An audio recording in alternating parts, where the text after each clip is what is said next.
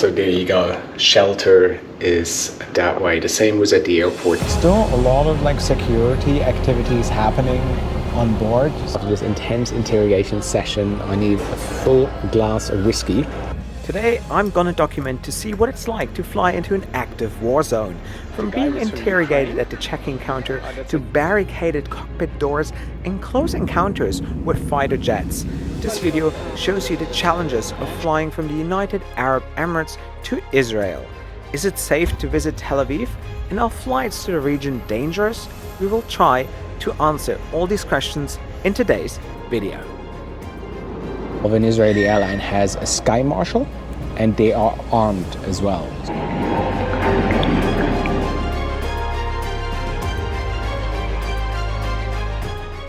If you're new to the channel, my name is Josh Cahill, a multi-award winning aviation YouTuber with over 500 million views, and I love to hold airlines accountable for the promises they make. My favorite hobby? Featuring unique airlines from all over the world. I organized Afghanistan's first all-female flight, and I'm also proudly banned from Qatar Airways.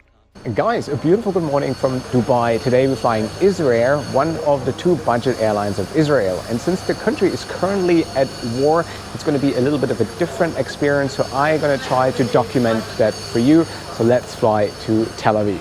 In September 2020, the United Arab Emirates, Morocco, Bahrain and Sudan normalized relations with Israel under the Abraham Accords, boosting business relations, peace and prosperity in the region. Especially the aviation sector benefited enormously through this deal, and now there are over 15 flights a day between Dubai and Tel Aviv. Fly Dubai alone flies 8 times a day. Building bridges and nations coming together to build a peaceful relation benefited thousands of workers in the aviation sector and should be a great example to put our differences aside, and the UAE and Israel are a great example of doing exactly that. Since October 7, the airspace in and around Israel has turned into an active war zone, and it comes with challenges flying there. However, it was never close to civil aviations and flights are still operating. So today, I'm documenting this journey so you are prepared for any challenges that you might be afraid of. Before check-in, all passengers are interviewed by Israeli security personnel, and while most of them had a quick 1-minute chat, the supervisor himself took care of me. While polite and funny, he properly grilled me and engaged me into a 15-minute quiz. I told him that I'm banned from America and that I have been to countries that want Israel wiped off the map, since I have nothing to hide and I'm rather honest and upfront. However, that interview was super draining, but I was then cleared and allowed to check in. So guys, after this intense interrogation session, I need a full glass of whiskey. Just kidding, it's Red Bull only, but I was literally taken for 15 minutes of questioning. When I gave them my passport, one of the employees went to the back room. That's where all the security staff is. I think they work for the Israeli government as well. And then the supervisor himself came to question me, approached me speaking German, but we had good fun. There was parts where he was being really serious, but I mean, I have an open book policy. I told him everything. I told him I've been to Iran, I've been to all the naughty countries, that I can't go to the US because I have nothing to hide, and it's better just to be honest. And if they say, hey, you're a security threat, we don't want you to go to Israel, so be it, but at least I'm being honest and open about the things I do. He went to my YouTube. Funny guy, he was actually really kind. It kind of reminded me of when I entered Russia last year, because Russia is at war as well. But in Russia, they were a lot unfriendlier than those individuals now from Israel. So they still haven't lost their sense of humor, which I like. In Russia, it was much more intense, to be honest. But but since I don't think there's going to be food on board, since it's a budget airline, I will have a good schnitzel, and then we're going to fly to Tel Aviv.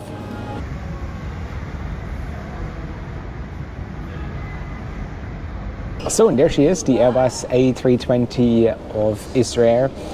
delivered 15 years ago and has been flying for the airline ever since.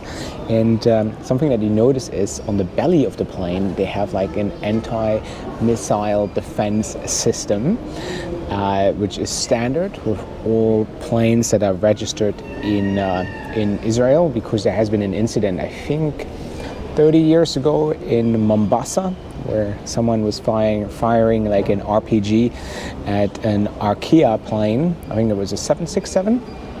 Missed, luckily, but ever since they have those extra security measures in place, and one of them is that little defense system, as well as every flight of an Israeli airline has a sky marshal, and they are armed as well. So, you know, in the US, you have sky marshals on hand-picked flight, like occasionally, like 1 out of 50, you have one sky marshal.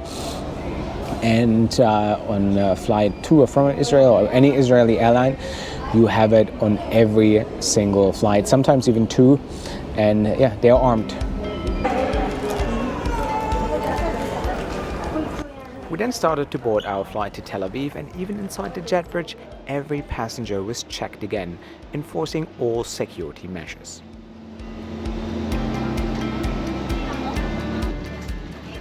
But also welcome on board Israir, a budget airline that has been in service since 1989. It has an all Airbus A220 fleet and possesses 8 of them. The airline operates up to 2 daily flights to Dubai and comes in a full economy class configuration.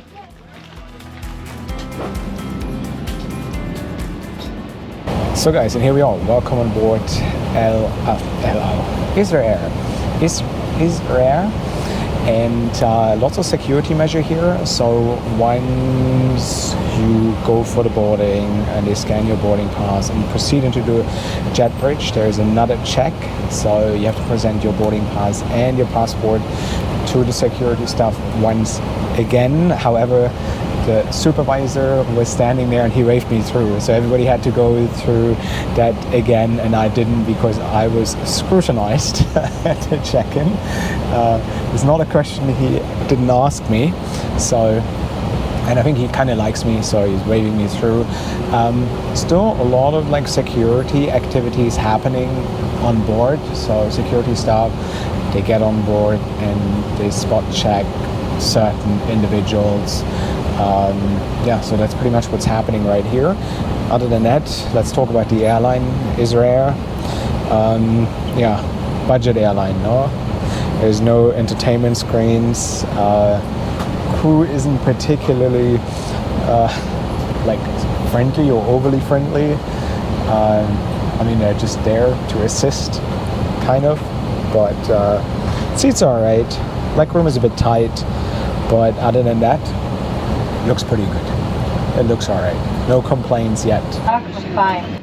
Also, the ground handlers have to follow very strict security measures, and all security tags have to be double checked. But once all bags were loaded, we were pushed back for our flight to Tel Aviv. Also, all commercial pilots of an Israeli airline worked as military pilots before, adding an extra layer of security.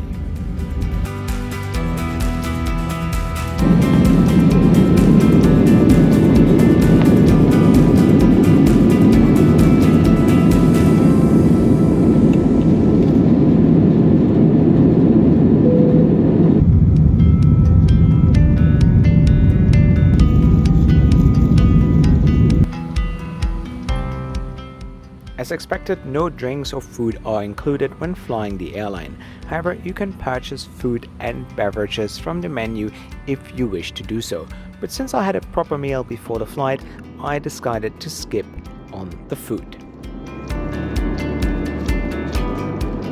So guys, we're a good half an hour into the flight, and every seat is taken. I heard some people say, oh, nobody's going to Israel anymore, but to be honest, this flight is packed.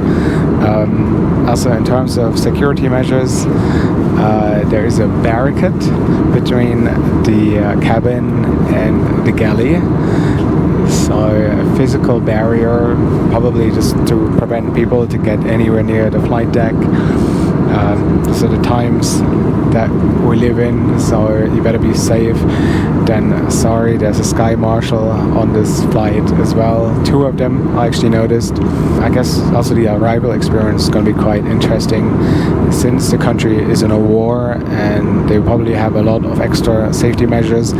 Also the airport in Tel Aviv, Ben Gurion, is frequently get targeted by missile attacks or drones, so be observing that as well if there's anything happening.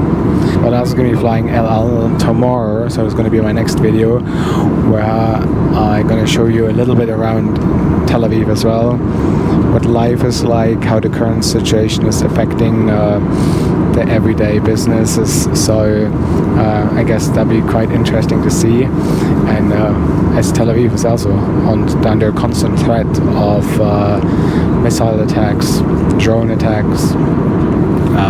Most of them are unguided, so that is another issue on top of that.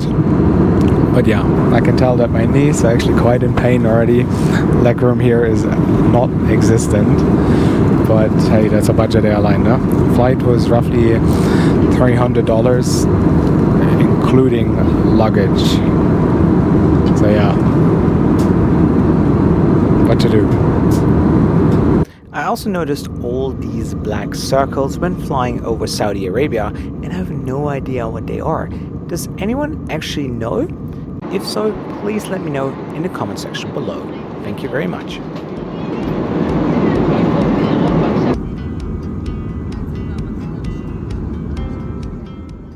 As closer as we got to the conflict zone, I noticed a lot of fighter jets near the plane, and they kept coming back. A nice sight to see as an F geek, but at the same time it was a little scary knowing that this airspace is under constant threat by missiles and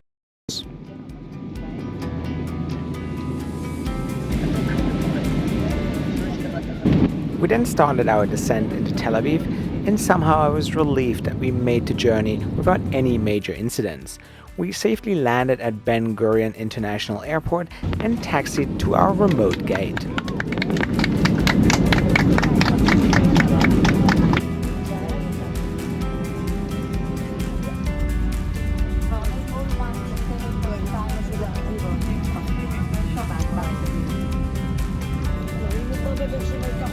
לפתוח את הדלת, מבקש מכם לשבת, כמו שאמרה יעל, להשאיר את המעבר פתוח, נמתין ונעדכן בהקדם.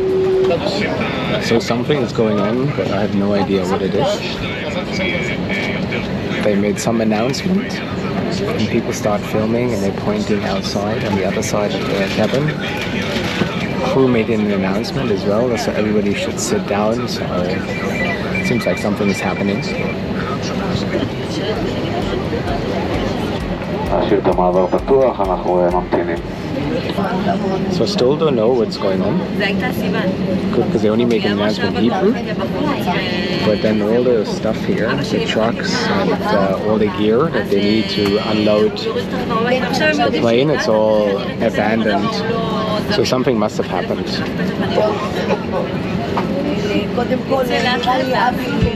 We shall find out.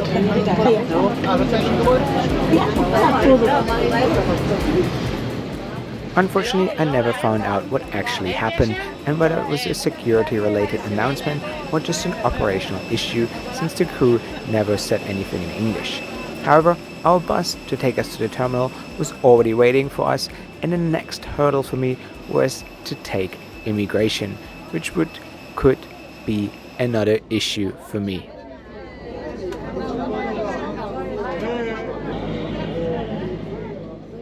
On my way to immigration, I walked past a long corridor which displayed all the hostages that were taken on October 7, and many of them are still being held in captivity. A sad sight to see, and I really hope that both parties come together to bring an end to this terrible war, and perhaps work on building bridges as well. Time should tell. So here we are, welcome to Israel. Immigration was actually very straightforward, very kind. I think the guy was from Ukraine. That's at least what he said when I asked him where he was from, because he asked me, where are you from? And I said, oh, Germany. And then he said Ukraine. And since my grandmother's from Ukraine, we had something in common. It was very lovely, very nice. Now I'm gonna grab my bag and I'm gonna make our way to the hotel. And let's see what it's like once we leave the airport and head through the city, because there's always the risk or the danger of something happening during these days.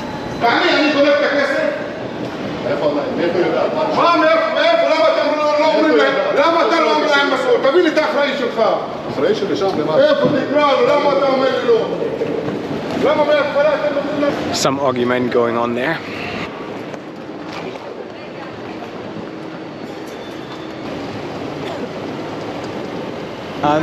I need a taxi, but I need to pay by card. Is that possible? Where do you need to? Renaissance Hotel. Where? Which city? Tel Aviv. So you need a code in. Okay, here, and I can pay the driver by card. Yes. Yeah.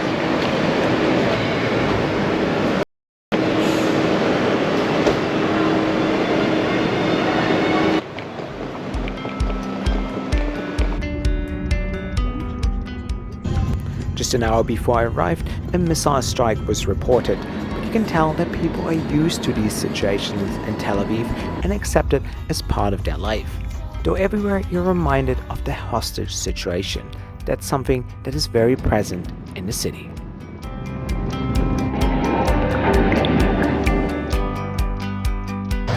So here we are, welcome at the Renaissance Hotel in Tel Aviv. Just checked in. I was also briefed where to go in case there are airstrikes.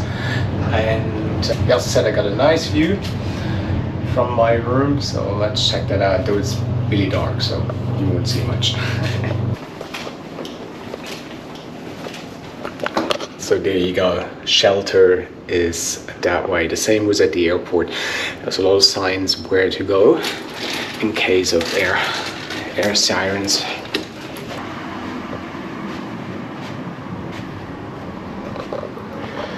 So, and here we are. Welcome to the Renaissance Hotel in Tel Aviv. The city is as busy as ever. Traffic is, as I remember it, insanely annoying. So it took almost an hour to get here from the airport. But other than that, it was a pretty smooth flight. It was a pretty smooth day. Obviously, the questioning, the interrogation in Dubai at the airport was a bit more intense. But at no point did it feel that I wasn't welcome or that they had any disrespect towards me or that they were suspicious. They were just simply doing their job, so I appreciated that a lot. They had humor, they were nice, they were kind, and absolutely understandable.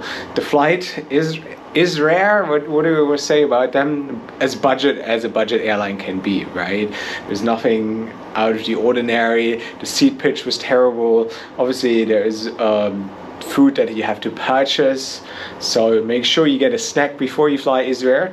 But on-time performance, that was good. Crew was pretty alright, and so was the arrival experience. Immigration was really lovely. Taxi worked out real quick, so that was all good. But then obviously when you drive through the city, you can tell that the country is at war, but not as significant as I saw it in Moscow last year in Russia. Obviously you have signs there indicating you where there's shelter. You have the yellow ribbon visible everywhere to like remind of the hostages. There's still over 100 hostages with Hamas, which haven't been released yet over a year. So you see a few reminders here and there, but other than that, people seem to go on with their everyday lives and they don't seem to be too affected by this, at least at the time being. There wasn't any airstrikes or any sirens today, so I guess, and I mean, they've been used to it for many decades. It's a bit of a different life here. But this is it from my side. Tomorrow I'll be flying El Al, so if you're wondering what the departure experience is, what it's like to fly the national airline of Israel at the moment, what Ben Gurion is like, the airport, hit that subscribe button right now. Also, if you want to access some extra perks, check out my Patreon.